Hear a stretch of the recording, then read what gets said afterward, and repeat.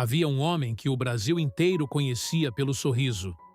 Não o sorriso ensaiado de quem sabe que a câmera está ligada. Era outro, aquele que escapa antes da razão chegar.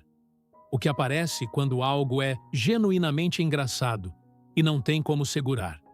Por 13 anos, esse sorriso entrou nas casas do Brasil ao meio-dia, no jornal Hoje, ao lado de Sandra Annenberg. E o Brasil, sem perceber, foi se acostumando com ele como se acostuma com a luz do sol. Sem agradecer, mas sentindo falta quando some. Em 2017, Evaristo Costa sumiu. Pediu demissão da Globo depois de quase 2 décadas, pegou a família e foi embora para a Inglaterra. Sem escândalo, sem briga, sem nota de imprensa cheia de desculpas. Foi embora e pronto. E o Brasil, acostumado a ver famosos saírem pela porta dos fundos berrando, ficou sem saber o que fazer com um adeus tão silencioso. O que ninguém imaginou é o que viria depois desse silêncio. Porque enquanto o público especulava sobre contratos e rivalidades, Evaristo estava do outro lado do Atlântico enfrentando algo que nenhum salário da Globo poderia ter preparado. Uma doença que começou em 2021, escalou para a UTI em 2024 e, num período de 3 semanas, tirou 22 quilos do seu corpo.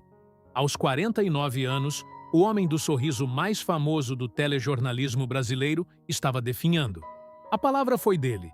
Se você cresceu ouvindo aquela voz ao meio-dia, se algum dia esse sorriso te fez rir junto, sem saber por quê, fica. Porque o que você vai ver agora, poucos estão contando com a honestidade que essa história merece. São José dos Campos, interior de São Paulo. Anos 1980. Tem um menino que, quando precisa apresentar trabalho na escola, não fica de pé na frente da turma como todo mundo. Ele empurra a mesa para o centro da sala, senta do outro lado e transforma aquilo numa bancada. Os colegas acham graça. O professor provavelmente também. Mas o menino está completamente sério. Ele não está brincando de jornalista. Ele está sendo. Evaristo Costa nasceu em 30 de setembro de 1976, em São José dos Campos. Desde criança já dava indícios de que seguiria a carreira jornalística. Fazia entrevistas com os próprios pais e, na escola, transformava apresentações de trabalho em bancadas improvisadas. O ambiente familiar ajudava a alimentar esse mundo. Seus pais trabalhavam na Univap, a Universidade do Vale do Paraíba, onde o jovem Evaristo produzia um programa exibido aos sábados pela Rede Vida. E assim teve contato com equipamentos de televisão desde cedo. Não era riqueza, era acesso. E ele usou cada centímetro desse acesso. Aos 13 anos, passou a trabalhar como operador de áudio em uma rádio local. 13 anos. Enquanto a maioria dos meninos dessa idade estava descobrindo videogame, Evaristo já estava aprendendo que microfone aberto não perdoa a hesitação, que o silêncio no ar tem um peso físico, que comunicação não é talento, é disciplina repetida até virar instinto.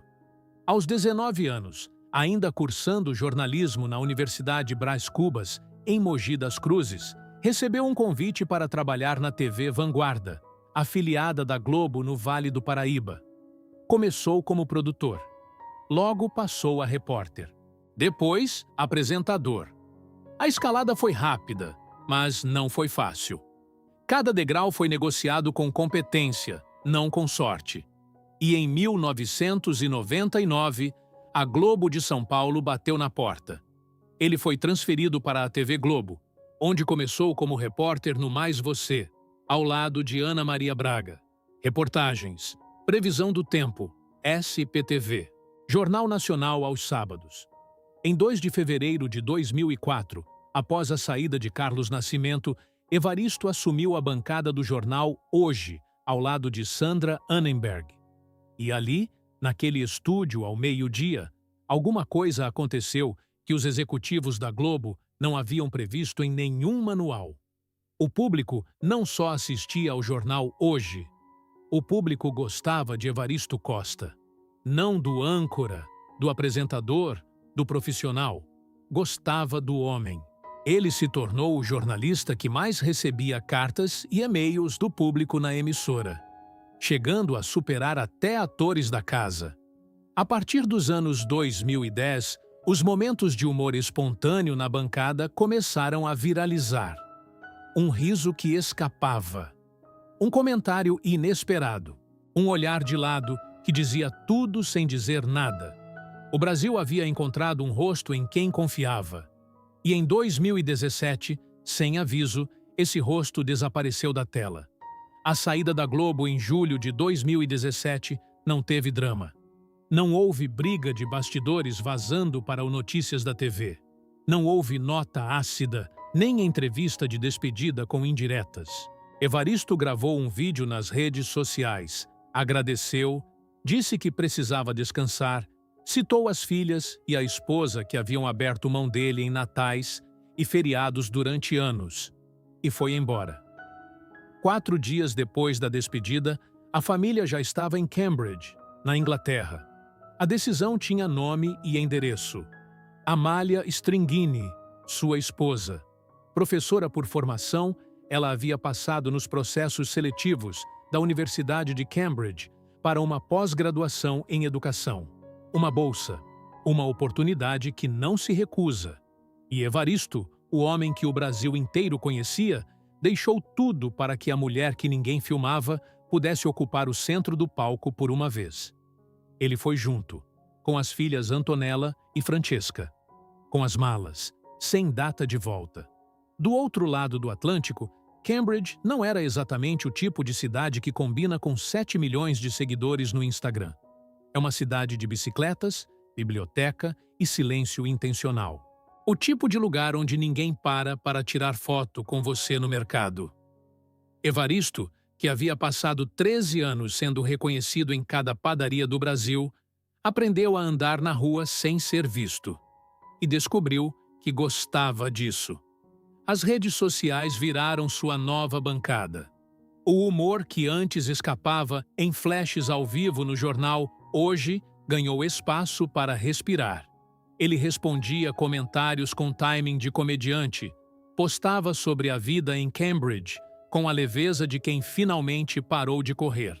O público que o seguia na TV migrou para o Instagram e cresceu. A carreira publicitária veio naturalmente. Marcas brasileiras queriam aquela voz, aquele rosto, aquele tom de quem fala com todo mundo sem parecer que está falando para ninguém em específico. Por fora, era uma transição bem-sucedida. Um homem que trocou o estresse da TV ao vivo pela tranquilidade europeia e, ainda assim, continuava faturando, continuava presente, continuava fazendo o Brasil rir. Por dentro, o corpo estava guardando uma conta que ainda não havia chegado. Em 2021, o diagnóstico: doença de Crohn.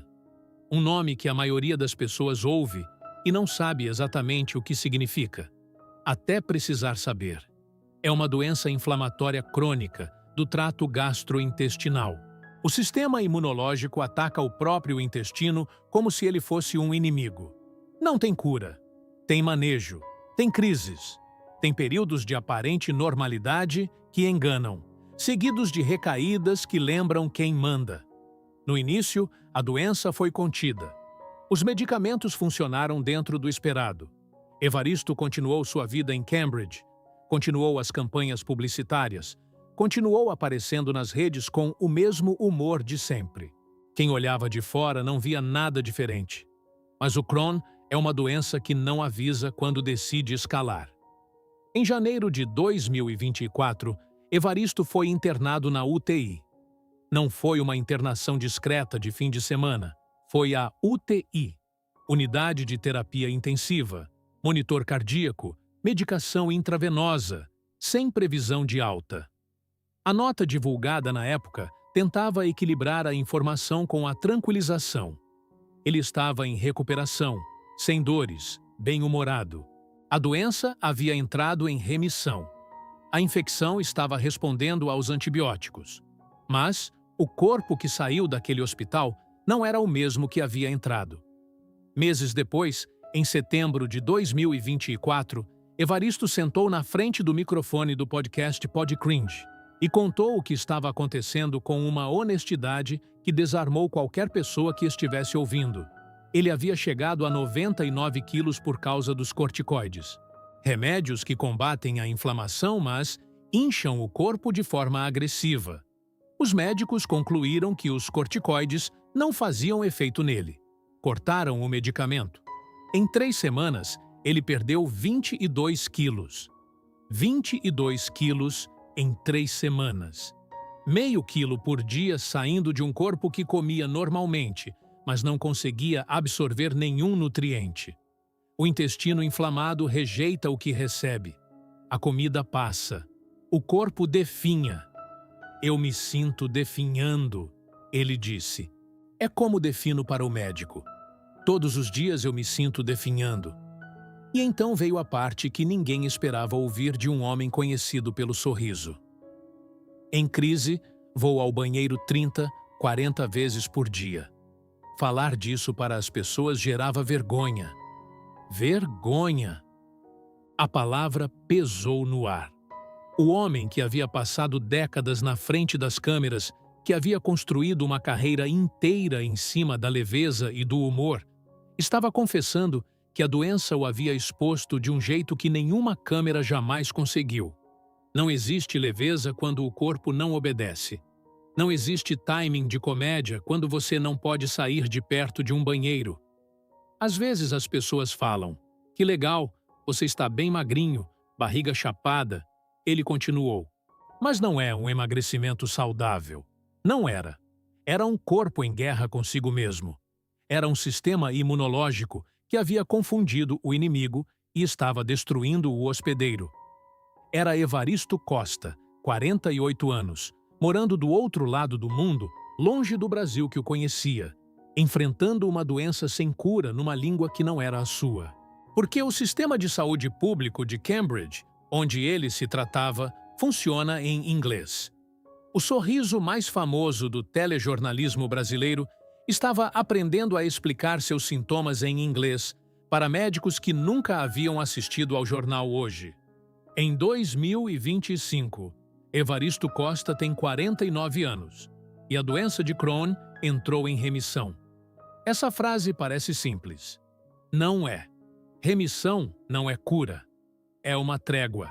É o corpo decidindo, por razões que a medicina ainda não compreende completamente, que vai parar de se atacar por um tempo. Pode durar meses, pode durar anos, pode acabar amanhã. Quem convive com Crohn aprende a não confundir silêncio com vitória. Aprende a viver dentro da incerteza, como quem aprende a dormir com a janela aberta no inverno. Você se acostuma, mas nunca esquece o frio. O que mudou em Evaristo não é visível nas fotos das redes sociais. Ele continua postando com humor, continua viajando. Apareceu recentemente na Itália com a filha Antonella, que agora é quem fotografa o pai. Continua com os 7,5 milhões de seguidores que acompanham cada aparição, como quem acompanha um amigo que foi embora, mas ainda manda mensagem. A carreira publicitária segue, a voz segue, o timing segue. Mas há algo diferente na forma como ele fala sobre a vida agora. O homem que em 2017 pediu demissão da maior emissora do Brasil sem explicação longa, que atravessou o Atlântico com a família sem fazer alarde, que reconstruiu uma carreira em silêncio enquanto o Brasil especulava.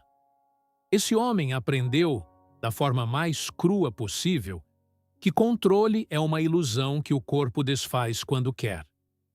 Você pode escolher onde morar, pode escolher quando sair da TV, pode escolher como se apresentar para o mundo, mas não pode escolher quando o seu próprio sistema imunológico decide que você é o inimigo.